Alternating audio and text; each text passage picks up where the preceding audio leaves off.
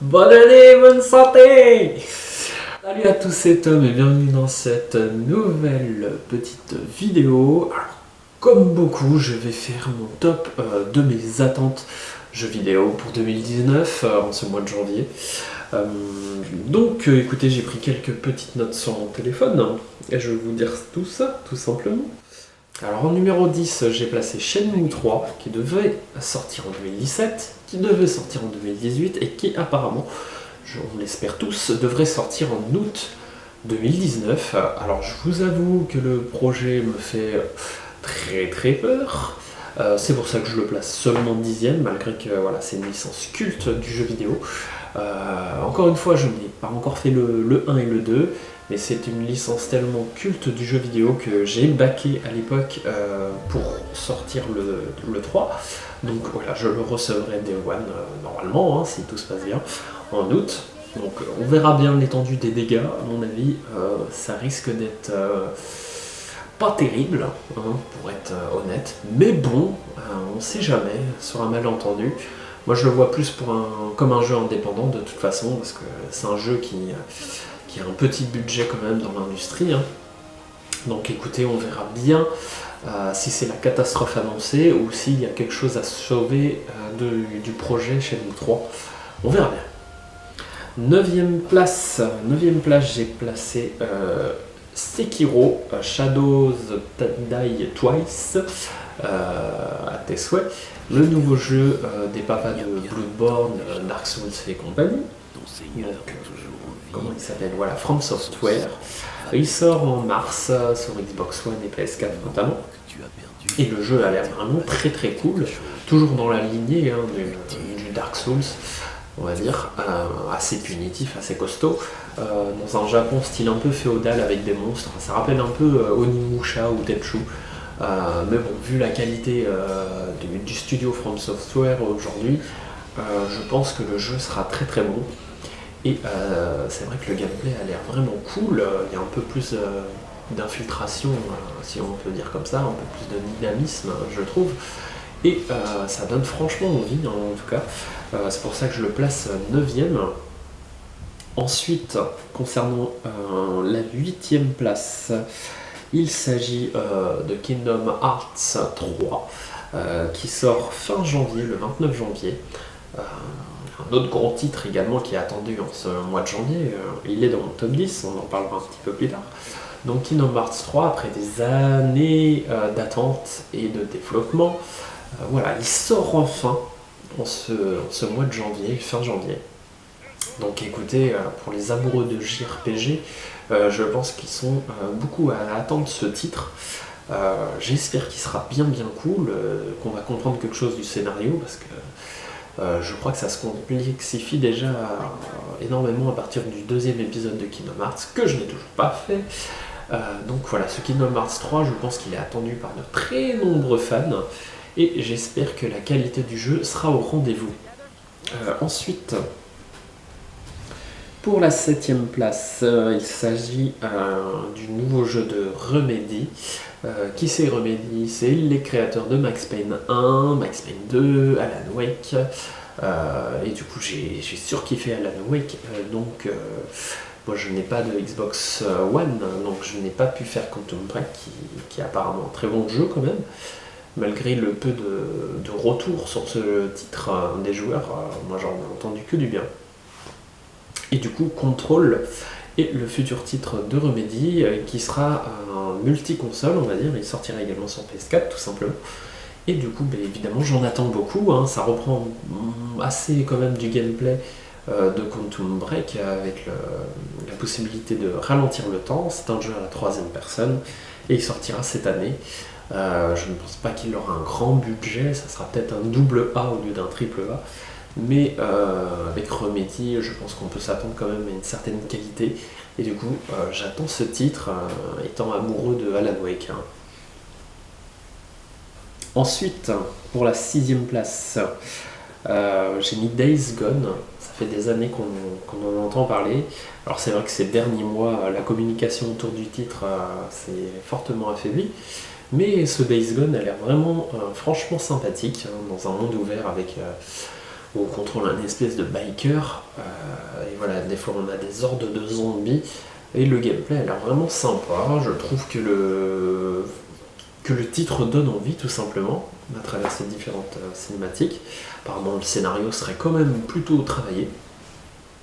Alors, c'est bizarre quand même qu'il y ait eu peu de communication ces derniers temps sur ce titre. À tort ou à raison, on verra bien si la qualité du jeu sera là au final. Et il est attendu, si je dis pas de bêtises, pour le mois d'avril. Fin avril, 26 avril pour être précis. Donc voilà, j'attends quand même ce titre, curieusement. Et en 5ème place, j'ai mis un remake, le Crash Team Racing, qui a été annoncé au Game Awards fin d'année dernière, désormais. Et du coup, qui sortira sur Xbox One, PS4 et Switch, apparemment. Donc c'est plutôt cool. C'est une très bonne nouvelle, même la ressortie de ce remaster. Après le remaster des 3 épisodes initiaux de Crash Bandicoot, les remasters des 3 épisodes initiaux de Spyro, et voici voilà, le remake de Crash Team Racing, qui était vraiment un excellent jeu de course kart assez fun à l'époque sur PlayStation 1. Donc voilà, je suis ravi qu'il ressorte aujourd'hui, 20 ans plus tard il me semble. Donc c'est vraiment cool. Donc j'ai hâte de voir ce que ça va donner. Excusez-moi. Donc 4ème place, Resident Evil 2 Remake. Voilà, gros mois de janvier. Entre Kingdom Hearts 3 et ce jeu, donc qui sortira quelques jours avant Kingdom Hearts 3.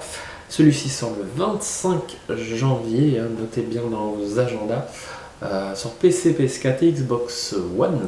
Donc voilà, qui va plus loin qu'un simple remaster, qui va plus loin qu'un simple remake. Il y aura vraiment des niveaux supplémentaires. Les scénarios A et B seront scindés, seront fusionnés, on va dire, pour le meilleur des deux mondes, je l'espère. En tout cas, le jeu donne furieusement envie. Donc je pense que ça sera une petite tuerie, je l'espère, voire une grosse tuerie, pourquoi pas. J'espère que Capcom va bien faire les choses et on a hâte, on compte les jours avant de pouvoir jouer à ce Resident Evil 2 Remake. Et alors là maintenant on arrive aux 3 premières places. Alors ce sont 3 exclusivités Sony.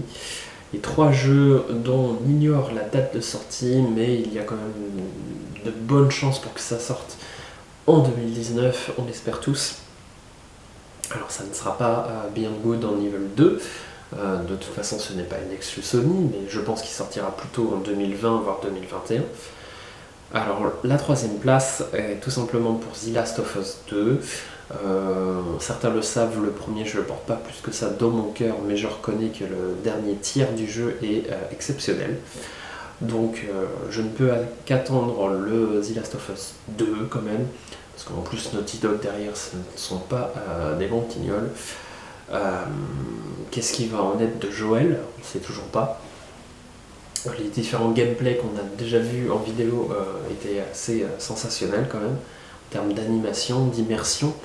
Donc on a hâte d'en apprendre plus, on l'espère voilà, que ça sortira pour fin 2019 j'imagine. Donc écoutez, hâte d'en savoir plus, évidemment comme beaucoup. Du coup 2ème place, j'ai mis Ghost of Tsushima, le nouveau jeu de Sucker Punch, voilà, qui a l'air d'être une tuerie déjà, pour le peu qu'on en ait vu. Ça fait plus de 5 ans je crois qu'ils travaillent dessus, donc je pense que le développement est assez loin maintenant, donc on espère une sortie avant fin 2019, ça serait top. Ça se passe dans un monde ouvert, Japon féodal, voilà, qui a l'air assez réaliste, et du coup c'est un univers qui me botte vraiment, et du coup j'ai vraiment hâte d'en savoir plus évidemment. Et du coup, ceux qui me connaissent bien également vont trouver la première place. Effectivement, c'est Death Stranding que j'attends le plus encore cette année, en 2019. J'espère qu'il va sortir dans de bonnes conditions. Est-ce qu'il y aura une sortie simultanée avec la PS5? Je n'en sais rien, évidemment. J'ai très peur, Hideo Kojima, qu'est-ce que tu vas nous produire, qu'est-ce que tu vas nous faire avec ces grands acteurs, ces pans de cinématiques qu'on a pu voir, cette bande son incroyable, cette mise en scène de folie. Qu'est-ce que ça va être au final? Je ne sais pas, je ne sais pas. Et du coup, j'ai à la fois très hâte et très peur, évidemment. La folie Kojima à son paroxysme, on lui a donné vraiment carte blanche. Donc pour le meilleur et pour le pire, j'ai envie de dire. Du coup, j'ai hâte de rentrer dans la folie de Kojima à travers ce titre et j'espère qu'il va tenir toutes ses promesses, évidemment. Et on espère être marqué à vie. Moi, j'en attends beaucoup de ce jeu, donc j'espère vraiment qu'il sera à hauteur de nos attentes. Hein. Écoutez, j'espère que cette petite vidéo vous aura plu. Hein. Je vous souhaite de nouveau une très riche, une très bonne année 2019. Surtout la santé, évidemment, une santé de fer pour vous. Je l'espère. Et plein de joie, plein de bonheur et que vos rêves se concrétisent.